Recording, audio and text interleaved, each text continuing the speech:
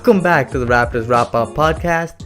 I'm your host, Edwin Lingam, and let's get down to business. The Raptors win Game 1. Let me hear it one more time. Raptors win Game 1. One more time. Raptors win Game 1.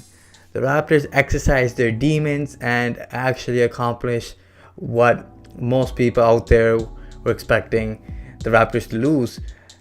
But they came through. The Raptors executed in the second half and dominated the Washington Wizards with their defense in that fourth quarter and were able to make big shots to close out the game. Well, this game had tons of drama, physicality, and it was just an up and down battle throughout the entire game. The Raptors came out strong, took a lead after the first 12 minutes, 28-23. They looked like they were going to win this game fairly easily, but that second quarter, the Raptors really started slacking off near the end of the quarter, and the Washington Wizards were getting it done.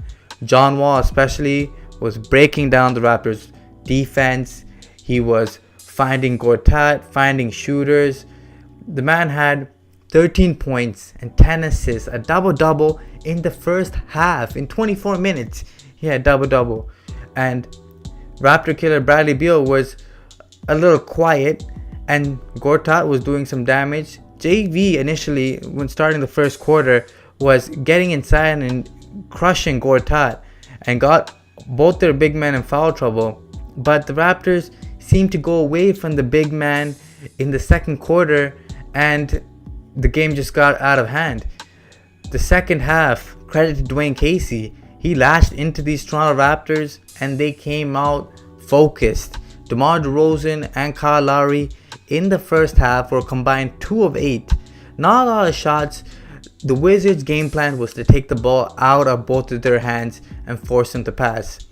Mind you, these two back in the day would pretty much force shots at this point since they were getting doubled and they had no trust in their other supporting members. But this time around, with this Raptors team, which was built on trust and that it's a Toronto Raptors unified team, that everyone pitches in to win these games. Everyone pitches in to score. The ball movement, the flowing of the offense, no isolation is key for situations just like this.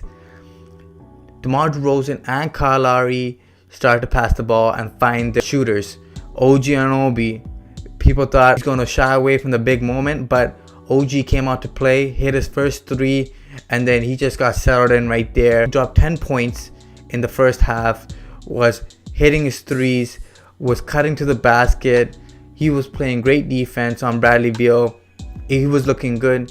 Not to mention Serge Ibaka. Serge Ibaka led the team in scoring in the first half with 14 points, hitting from the outside and mixing it up in the inside as well. Both guys were key in the first half. And don't forget about CJ Miles.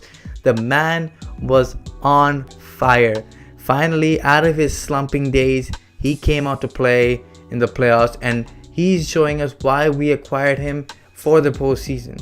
His shooting and his veteran leadership in the second unit is huge, and he made big shot to big shot, helping the bench elevate, and was key in keeping the game relatively close because the Raptors went down big.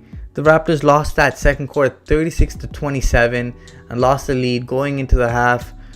It looked like the Raptors were going to go back to their old ways and lose game 1 once again, but this Raptor team is resilient, and they came out in that second half strong. DeMar DeRozan especially, he dropped 12 points in that third quarter, and right out of the gate, he was aggressive. He hit threes, he was finding guys, he was getting in the lane, attacking on the fast break. When people said, oh, he's struggling, he was only 1 of 5 in the first half, he didn't take enough shots. He was letting the game come to him. He was getting the double teams. He was finding his shooters. He was playing within the offense. But in the second half, he was more aggressive looking for a shot. And the Wizards had to cover up the other guys since they were knocking down shots as well. So then he made these guys pay, You can't go one-on-one against DeMar DeRozan or put one defender on DeMar DeRozan. He taught these guys how to get to the rack. And then I can't stop mentioning Serge Ibaka. Serge Ibaka was fantastic throughout this entire game. He was solid. He ended the game with 23 and 12. Just great all around. Hitting from the outside, playing strong defense inside. Was able to switch on Morris, able to switch on Mike Scott. Versatile defender. Definitely what we expected out of Serge Ibaka. He had a fantastic game. Definitely player of the game by far. But in the fourth quarter, it was Lowry time and Serge Ibaka, DeLon Wright. DeMar DeRozan was there, but DeMar DeRozan allowed the rest of his guys to take over. And not to mention, the biggest move of the day by far was Dwayne Casey making up his mind to take out Pirtle, to not put JV in, and he puts in, who else? Lucas Nogueira. Now, Lucas Nogueira does not play a lot of minutes in the regular season, and most people aren't really scouting for Lucas Nogueira, which might have caught the Washington Wizards off guard, because Lucas Nogueira was a beast. His length, his ability to deter shots at the rim, and the deflections that he causes was huge in that fourth quarter. He was a plus 11 when he was on the floor, the highest out of the entire team. The guy was a monster, and his passing, his basketball IQ, everything was on point. He was finding CJ, he was finding Siakam, he was finding Lowry, DeRozan. He was great, and he worked right within the offense. And John Wall, who was a beast in the first half, could not get anything at the rim. Kyle Lowry, you gotta give him credit. He was playing great defense in this entire game, along with DeLon Wright. And DeLon Wright, man, big shot after big shot. Without Van Vliet in this game, DeLon Wright stepped up and showed out, hitting big threes, making plays in the lane, and came up with huge defensive plays. A couple big steals, and I gotta give it to the guy. The young kid showed out, and people on Twitter were talking about the Raptors have two legitimate backup point guards, DeLon Wright and Van Vliet. Without one guy in, no problem. The other guy steps it up even more. Dwayne Casey went 11 guys deep compared to the Washington Wizards, who kept a tight 8-9 man rotation. And what do you know? Dwayne Casey's idea of sticking to 11 guys, it worked. I gotta tell you,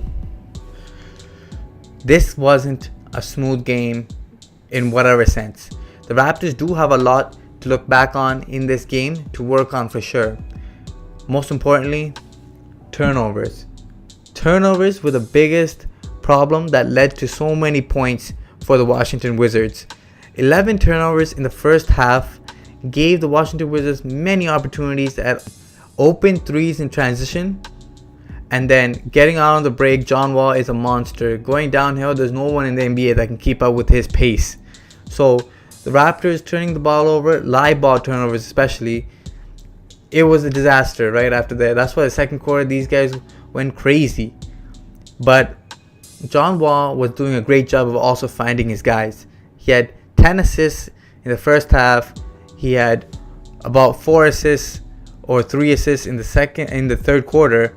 But then he only had 1 assist in that fourth quarter, because the Raptors defense just clamped onto the Washington Wizards and weren't letting any passing lanes open, and just stayed in front of their man and didn't turn the ball over.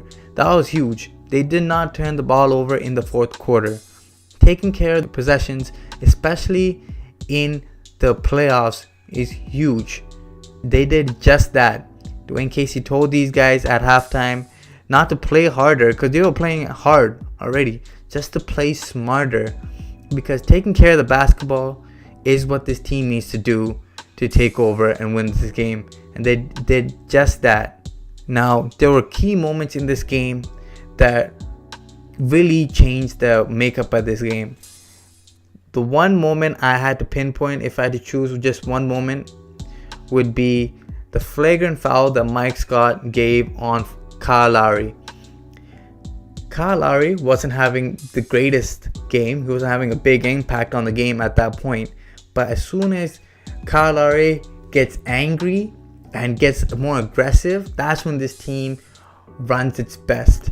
Because when he's aggressive, he's pushing the pace, he's attacking the rim, he's like defending at will. He was all over these guys, and he made key plays down the stretch, especially that pass to Serge Ibaka to get to the lane and lay it up. Huge. That was pretty much sealed the deal right there. Huge threes in this game as well from Kyle Lowry. He was all over the court. The Pitbull came out to play, and you can't say that the two stars didn't play their hardest. Even though on the stat sheet it didn't look like they had the greatest game, on the floor the impact was immense and could not be forgotten right there. But this team is resilient, and what this team has that most people don't know out there that haven't watched the Raptors is their bench. Their bench is great, and Casey relies on their bench just as much as he relies on their starters. And you see that translate over right now. The players who finished the game tonight was Kyle Lowry, DeMar DeRozan, Serge Ibaka, and 2 bench guys. Let alone the 11th guy in Bebe and Darrell Wright, who is on fire. Darrell Wright dropped 18 points in this game and just was fantastic off the bench. Then you have CJ Miles on the other side dropping 12 points. And then you have 30 points right there from your bench. The bench was great. Siakam had 9. Pirtle had a tough time matching up with Gortat because Gortat's pretty physical and was getting on the offensive glass a lot.